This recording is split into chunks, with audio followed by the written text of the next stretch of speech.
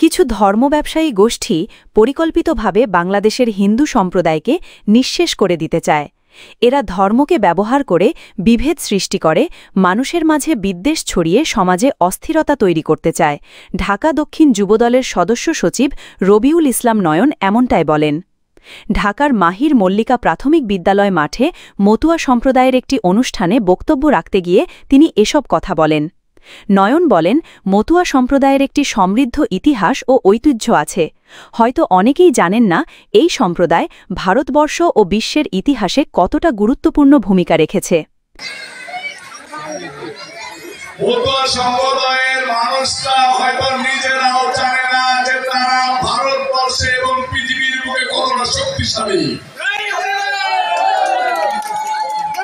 নিজের জীবনের অভিজ্ঞতার কথা তুলে ধরে রবিউল ইসলাম নয়ন বলেন, আমি একসময় স্বৈরাচার হাসিনার শাসন আমলে গুলিবিদ্ধ হই। পুলিশ আমাকে মৃত ভেবে ফেলে রেখে চলে যায়। অনেক অত্যাচার, নির্যাতন, নিপীড়নের মধ্যে দিয়ে আমার জীবন কেটেছে। এই জীবনে আমি এখন মাত্র 10 মাস ধরে একটু ভালো আছি, তবে ভবিষ্যতে ভালো থাকার সম্ভাবনাও কম। আমি স্বৈরাচার হাসিনার শাসনে পড়ে গুলিবিদ্ধ হই। আমাকে পুলিশ গুলি করে মৃত ভেবে ফেলে রেখে চলে যায়।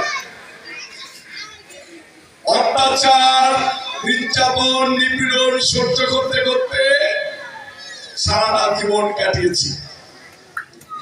এই জীবনে প্রথম এই 10 মাস ভালো আছি। তিনি আরও বলেন, বাংলাদেশে কিছু ধর্ম ব্যবসায়ী গোষ্ঠী শুধু হিন্দুদের ওপর নয়, বিএনপির বিরুদ্ধেও ষড়যন্ত্র করছে। তারা ধর্মের নামে রাজনীতি করে সমাজে বিভক্তি সৃষ্টি করছে। তারা চায় জনগণ যেন বিভ্রান্ত হয়, নিজেদের মধ্যে ঝগড়া করে এবং বিএনপির বিরুদ্ধে অবস্থান নেয়। নয়ন দাবি করেন, বিএনপির ভারপ্রাপ্ত চেয়ারম্যান তারেক রহমান নির্দেশ দিয়েছেন, যেসব এলাকায় হিন্দু সম্প্রদায়ের মানুষ বসবাস করেন তাদের খোঁজ খবর নিতে হবে। তাদের কোনো সমস্যা থাকলে তা সমাধানের চেষ্টা করতে হবে। তিনি বলেন, তারেক রহমান আমাদের বলেছেন, আগে হিন্দু সম্প্রদায়ের কাছে যাও, তাদের পাশে দাঁড়াও। আমাদের প্রিয় নেতা বিএনপির ভারপ্রাপ্ত চেয়ারম্যান তারেক রহমান সাহেব বলেছেন, তোমাদের এলাকায় যেসব হিন্দু সম্প্রদায় আছে তাদের কাছে আগে ছুটে যাও, তাদের কাছে গিয়ে জিজ্ঞেস করো তাদের কোনো সমস্যা আছে কিনা। যদি তাদের কোনো সমস্যা থাকে সেই সমস্যাকে নিরসন করো। কে বলছে? আমি আমার এই বোনদের কাছ থেকে শুনবো কে বলছে, কে পাঠাইছে। রবিউল ইসলাম নয়ন দাবি করে আরও বলেন, বর্তমানে কিছু লোক ধর্মের চিহ্ন নিয়ে টুপি পরে অস্ত্র নিয়ে জমি দখল করতে যাচ্ছে।